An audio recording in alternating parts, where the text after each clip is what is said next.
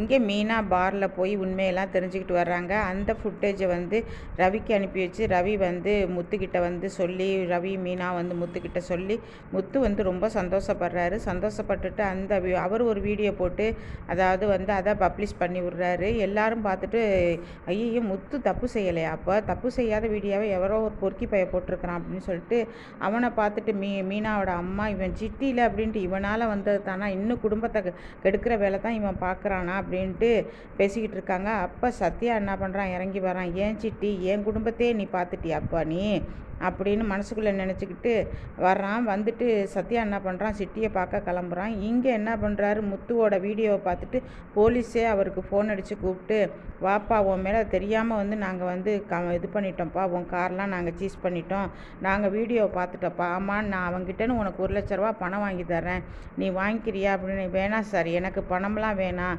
அவனுக்கு வந்து நீங்கள் தண்டனையை தான் கொடுக்கணும், அவனை காப்பாற்றக்கூடாது, நீங்கள் பெயிலில் கூட வெளியே விடக்கூடாது சார் அப்படின்ட்டு முத்து சொல்கிறாரு. உடனே மீனா சொல்கிறாங்க, ஆமாம் சார், எவ்வளோ வன்மம் இருந்தால் அவன் என் புருஷன் மேலேயே இந்த மாதிரி பண்ணியிருப்பான், வீடியோ எடுத்து வெளியே விட்டுருப்பான், இப்போ வந்து இவர் செய்யாத தப்புக்கு எவ்வளோ அலைஞ்சார் சார் அப்படின்னு சொல்கிறாங்க. உடனே அவர் சொல்கிறாரு, உள்ளே போடுங்கய்யா இவன் அப்படின்றாரு. அவன் வந்து சிட்டியை வந்து ஜெயிலில் அடைச்சிடுறாங்க. இப்போ மீனாவும் முத்துவும் வீட்டுக்கு வர்றாங்க. அப்போ அண்ணாமலை என்ன பண்ணுறாரு, அதுக்கு முன்னாடியே பரசு என்ன பண்ணுறாரு, அண்ணாமலை கிட்ட சொல்லி, பாரு அண்ணாமலை, நீ வந்து அவசரப்பட்டுட்ட பற்றியா, முத்து வந்து ரொம்ப நல்லவன் அண்ணாமலை, நீ ஏன் இப்படி அவசரப்பட்ட, அவன் ஒரு வீடியோ போட்டிருக்கான் பாரு, ஆதாரத்தோடு போட்டிருக்கிறான் உன் புள்ள அப்படின்னு சொல்லிட்டு வைக்கிறாரு. சரின்னு வீடியோவை பார்க்குறாங்க, வீட்டில் போட்டு பார்க்குறாங்க.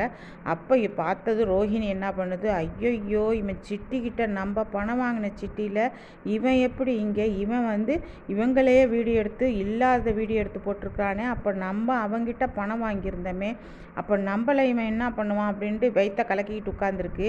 அப்போ அண்ணாமலை விஜயா கிட்ட சொல்கிறாரு, நீ பார்த்தியா எல்லாரையும் ஒன்றா நினை உங்ககிட்ட எத்தனை வாட்டி நான் தலையாக அடிச்சுக்கிறேன் தெரியுமா, ஆனால் நீ 3 பேரையும் ஒன்றா பார்க்க மாட்டேங்கிற அப்படின்னு விஜயா திட்டுறாரு. இப்போ என்னங்கிறீங்க, அதுக்கு இவன் என்ன குடிகாரன் தானே, புதுசாக என்னமோ பண்ணிட்ட மாதிரி பேசுகிறீங்க, அவன் குடிகாரன், இப்போ என்னமோ குடிக்கலை, நாளைக்கு குடிச்சிட்டு வருவான் அப்படின்னு சொல்லி பேசிக்கிட்டு இருக்காங்க. உடனே அண்ணாமலை சொல்கிறாரு, ஆரத்திக்கார அப்படின்னு, நான் கரைக்க முடியாது, நான் உன்னை கரைக்க முடியாதுன்னு சொல்லலை விஜயா, கரைச்சிட்டு வான்னு சொன்னேன் அப்படின்றவன ஆரத்தி எடுத்து கரைச்சிட்டு வர்றாங்க. முத்துவும் மீனாவும் வீட்டுக்கு வர்றாங்க.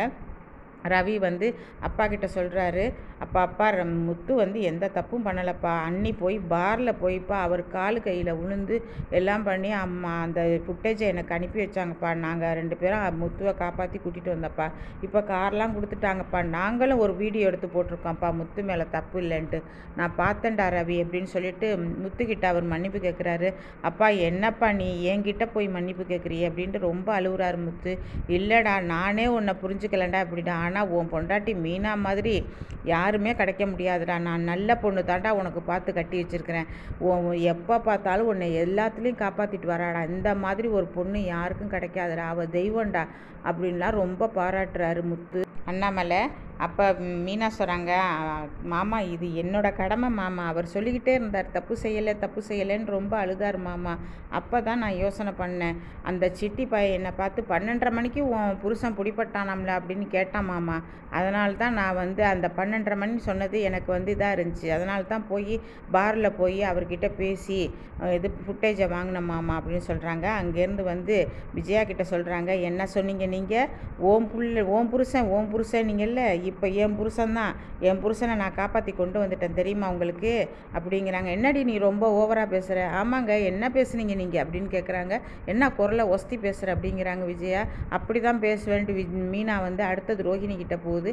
என்ன சொன்னீங்க, ஒன்றுமே புரியாமல் என்ன பேசுனீங்க நீங்கள் அப்படிங்கும்போது, இல்லை மீனா, நான் வந்து அதில் வந்து அதை வீடியோவை பார்த்துட்டு தான் சொன்னேன், என்றைக்குமேங்க உண்மை தெரியாமல் பேசக்கூடாதுங்க யாரை பற்றியும், உங்கள் வீட்டுக்காரரு பிச்சை எடுத்தார், அதை பார்த்துட்டு நான் பேசினேன், இதை நீங்கள் பார்த்தீங்களா, முத்து வந்து குடிச்சிக்கிட்டு இருந்ததை நீங்கள் பார்த்தீங்களா கண்ணால் பார்க்காம எதையுமே பேசக்கூடாது, தெரிஞ்சுட்டா இதோட வந்து நீங்கள் நிப்பாட்டிக்கிங்க எங்கள் விஷயத்தில் நீங்கள் தலையிடுறத அப்படின்னு சொல்கிறாங்க. நீங்கள் உங்கள் விஷயத்தில் தலையிட வேணான்னு சொன்னீங்கல்ல, இப்போ நான் சொல்கிறேன் எங்கள் விஷயத்தில் நீங்கள் தலையிடாதீங்க அப்படின்னு சொல்லிட்டு கோவமாக மீனா போயிடுது உள்ளர. இப்போ ரோஹிணி வஞ்சமாக வச்சுக்கிட்டு ரூமுக்கு போகுது. ரூமுக்கு போய் நம்ம போய் சிட்டி கூட சேர்ந்து இவளை ஏதாவது ஒரு வழி பண்ணணும், ரொம்ப ஆடுறா அப்படின்னு நினைக்கிறாங்க. அதுக்கப்புறம் மனோஜ் வந்து ரோஹிணி கிட்ட சொல்கிறாரு, இங்கே பார் ரோஹிணி ஒன்றுமே ஆகலை, கடைசியில் சப்புன்னு போயிடுச்சு. இவனுக்கு போய் என்னென்னா இது பண்ணோம், நான் உண்மையாக இருக்கக்கூடாதான்னு நினச்சேன். கடைசியில் இந்த பொண்ணை பற்றியா, மீனாவை பற்றி அவள் வந்து நிரூபிச்சிட்டா, தான் புருஷன் வந்து கெட்டவன் இல்லை நல்லவன் நிரூபிச்சிட்டா பாரு. உண்மையிலே அவள் கிரேட் தான் ரோஹிணி. அப்படிங்கும்போது ரோஹிணி முறைக்கிறா, என்ன அவளை போய் புகழ்றியா நீ அப்படிங்கிற கேட்குறா. அதுக்கு இல்லை இல்லை நான் புகழலை, உண்மையை சொல்கிறேன். பார் வரைக்கும் ஒரு பொம்பளை போய் அவனோட ஃபுட்டேஜை எடுத்து வந்து காமிச்சிருக்கிறா பாரு அப்படின்னு சொல்கிறாரு அவர். மனோஜ் சொல்கிறாரு.